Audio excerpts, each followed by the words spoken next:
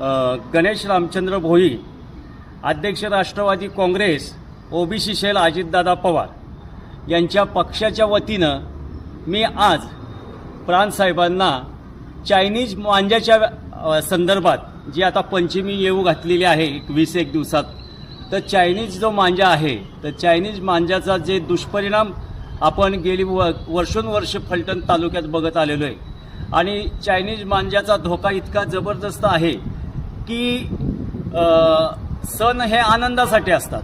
पंचमी आपल्या हिंदू संस्कृतीप्रमाणे पंचमी हाचा सण हा आपल्या आनंदासाठी असतो, पण आपलीच मुलं आनंद घेत असताना दुसऱ्यांच्या मुलांचा आघात होणं, एखाद्या कुटुंबावर आघात होणं हे आपण गेली वर्षानुवर्ष पाहिलेलं आहे। माणसं जायबंदी होत आहेत आणि जायबंदीतनं मृत्युमुखी पडल्यात हे आपण गेली वर्षानुवर्ष फलटण तालुक्यात पाहिलेलं आहे, फलटण शहरात आपण पाहिलेलं आहे।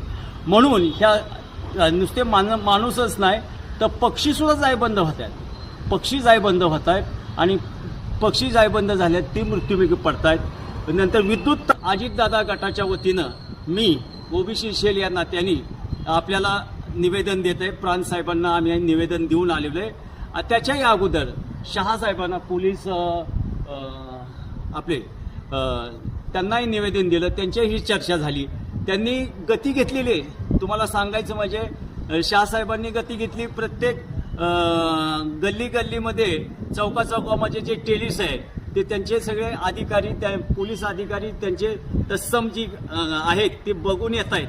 म्हणजे शहासाहेबांचं मी ह्या ठिकाणी आभार मानील की जी 10 दिवसापूर्वी मी त्यांना निवेदन दिलं, पण त्या निवेदनाची कार्यवाही त्यांनी तातडीने सुरू केलेली आणि त्याचं गांभीर्य त्यांच्याही लक्षात आलेलं आहे। पण आज पुन्हा एकदा उजळणी करण्यासाठी हा प्रश्न थंड होऊ नये म्हणून आज पुन्हा प्राणसाहेबांना आम्ही हे निवेदन अजितदादा गटाच्या वतीनं ओबीसी सेलच्या नात्यानं मी हे दिलेलं आहे। माझ्या समवेत राष्ट्रवादी काँग्रेसचे जिल्हा उपाध्यक्ष बाळासाहेब खलाटे पाटील आहेत, त्यानंतर आमची चिरंजीव ओम गणेश भोई हे आहेत।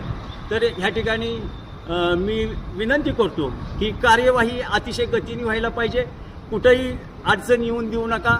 एखाद्याच्या जीवाशी खेळ होतोय, आनंदाच्या क्षणी दुःखाची छाया पसरायला नको म्हणून ही कळकळीची आमची पक्षाच्या वतीनं अजितदादा ओबीसी सेलच्या पक्षाच्या वतीनं आणि राष्ट्रवादी उपाध्यक्ष जिल्हा उपाध्यक्ष यांच्या वतीनं मी आपल्याला निवेदन देत आहे। तर ह्याचा सखोल आपण पाठपुरावा करावा।